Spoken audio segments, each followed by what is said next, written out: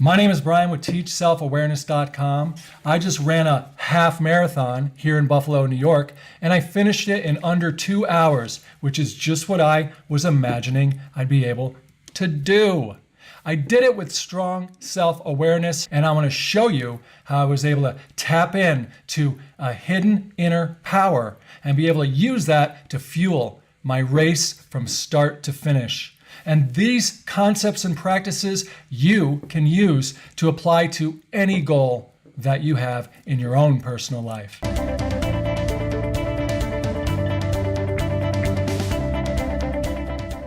So, what? Yeah, I just did that and it was awesome, I gotta tell you. So, how is it that I was able to use strong self-awareness to be able to complete this goal? Well, not only did I complete it, but oh my God, I was high as a kite during it. It was incredible. There's nothing better for a substance to get you out of yourself and get you higher than high than that hidden inner resource, that quiet inner power that comes with consciousness, awareness, being wide awake, spiritually awake, being in that fourth dimension of existence. And let me just say that the things I'm talking about here, remember, they're just concepts and practices on this channel. And when we share concepts with each other, it's some bit of information that kind of comes across, gets into our awareness, and then we are able to make sense of it. When we can make sense and recognize something, we can then apply it in our personal lives. So concepts and practices are at the root of every single thing that we do. And the cool thing about it is that concepts do not have to be right or wrong. They don't have to be facts to be useful. They're just an approach to an experience. So, how did I use strong self-awareness to be able to complete this run? And how can you use it really for any goal that you have? Because the important part is that I was able to tap the energy that I needed to be able to move forward in spite of any thoughts or other obstacles in my path. Now, remember, strong self-awareness is a very simple thing. It is simply knowing that we are a self and an awareness combined. Now, growing up, I really just knew my physical, mental, and emotional self, Brian. And even though I was aware of things, I never really became familiar with my awareness, my consciousness, my observational body. That thing that we all have beyond our thoughts and our emotions, beyond our limited self. So just knowing that you are a four-component or four-dimensional being is all it takes to be able to start to recognize your awareness as a real thing. And remember, you're born with your awareness intact. So you don't have to go anywhere special to buy it, or you don't have to be in a special group or organization or work for a special company to earn it, right? It doesn't cost anything. It's free. It's already built in. Everyone's got a self and an awareness, right?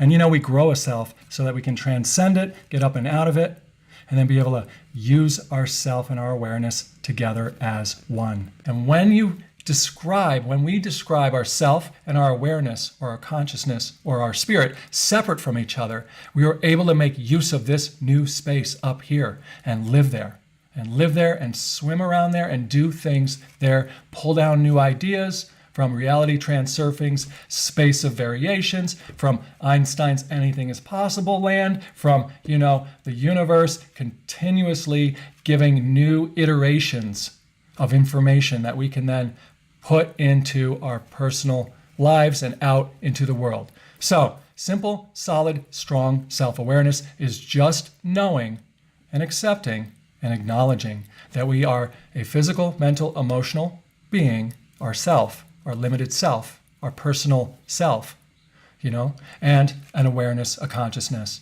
And that personal self is easy to recognize. Look, it looks like this. Mine looks like this. Yours, look in the mirror, right? Also, like what? Mine has a social security number. I'm in America, and it has a social security number. It also has like a date of birth like everybody else, and it has childhood experiences. It's a set of data. It's a file folder. It's a separately experienced file folder. It's so cool. that I have my information, my associations, and you have yours. At the level of self, we are all different. Sometimes that causes a problem in the world, right? People butt heads because of their differences. But when we rise up and become conscious that we are more than ourself, we step out of those roles, out of those experiences of our personal life, and we come up here in our awareness. And that's when we're able to watch and see that everybody really is a beautiful variety of the universe's ever expanding creation in the world. Like snowflakes, oh, it's so good. Everyone is so incredibly different. And we love that because we can learn and grow and make new concepts and ideas, new ways of seeing the world through other people's expressions. So, strong self-awareness. How did I do this? With the run. So, basically what I did was I did something that I use called a word print.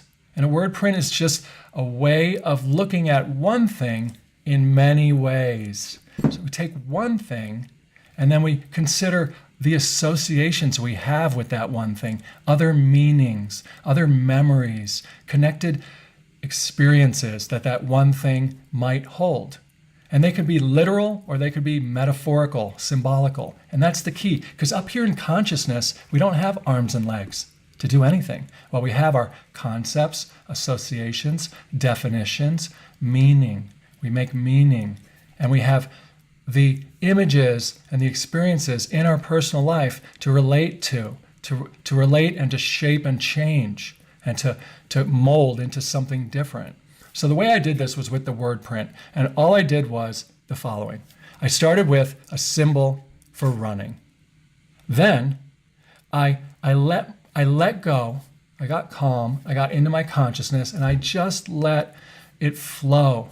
I let it flow and I said, well, what is it about running that I am connected to already? And instantly, the first thing that popped out of my life folder, right, my personal experience was me running around the house when I was a kid, outside the house with my little puppy Pudgy. Her and I would run around the house together and we would race, and it was beautiful, sunny day, leaves are crunching. This is awesome stuff to associate with running, right? As soon as I started to see that experience in my consciousness, it opened up a packet of power, of that childhood golden power, nuclear power of love and camaraderie with my dog, of anything is possibleness, of playing, of carefreeness. All of those associations were sitting right there. And all I had to do was use the word print by putting the little symbol of running and then letting go and seeing what got dug up out of myself, out of this package of what I already know. So I was able to use my past to start to build a pattern of power, tap into the power from my past experiences. From there, all of a sudden, I let go of that experience and I saw another one. It was when I was running around the bases in Little League as a kid, in baseball, right? In baseball. And I'd be on first base, I can see it, it's clear as day. And then somebody would hit the ball and my job was to run as fast as I could with focus, determination, drive, singleness of purpose, right? Singleness of purpose. And all of those ideas up here in my consciousness, what huge deposits of emotional power flooded me. And all of this conscious wealth that I was mining during my run, right? Because I was imaging these during my run. When I focused on them, I would draw that power, that otherworldly power, and it would go right into my arms, right into my legs, right through my thoughts, my anything is possible thoughts, my you definitely can make this run. You know, I know it's 9.5 miles. You're going to be at 13 before you know it, right? So it fueled my run, right? What? Then the next idea that popped up for me was me in my teenage years running with my crew of friends. Now, this is a metaphorical association with running for me, right? Because in consciousness, Anything is possible. It doesn't have to be logical. It just is so wonderful because you'll be able to just let these things flow out of yourself, and you'll be able to see them in a new way, and you'll be able to tap the love and the energy that is sitting there inside every memory that we have. So it was that third one was me with my crew of friends, high school friends. We were running together. That's the association. We ran together. We hung together. We hung out together. You know, my friend Jay, my friend Eric, the three of us, we were like this. Oh, it was so good. And we went on our adventures. We ran through the night on our teenage year adventures of recklessness and abandonment, you know, and my friend Shannon, my friend Don, there we all are running together as a pack of kids who are rebelling against their parents, who are learning how to be strong, confident, singleness of purpose, people in the world, strong selves growing in the world. Right? All that power that I was able to take from those associations, all that conscious, huge sunshine power from all my camaraderie with them, all the wonderful experiences with them, packed right into my sneakers as I ran 13.1 miles. Every time I got low on energy, a new one would pop up. I would feel it. I feel it like runner's high. It was a vibration through my whole body. You could feel it like you plugged my fingers into a socket, right? Except that the electricity that was flowing was meant to be there. It was meant to be, and I was perfectly capable of handling it. It didn't make me die, right? It didn't shock me like a regular voltage thing would. Don't stick your hands in a light socket, right? You don't need to. You can just stick them right in here and into yourself, into your memories. So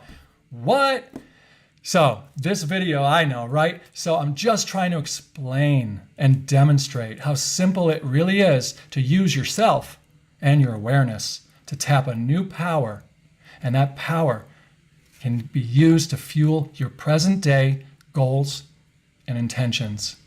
So, enjoy yourself, right? Enjoy yourself. Enjoy the world. Enjoy the world. Enjoy your life. Enjoy your awareness.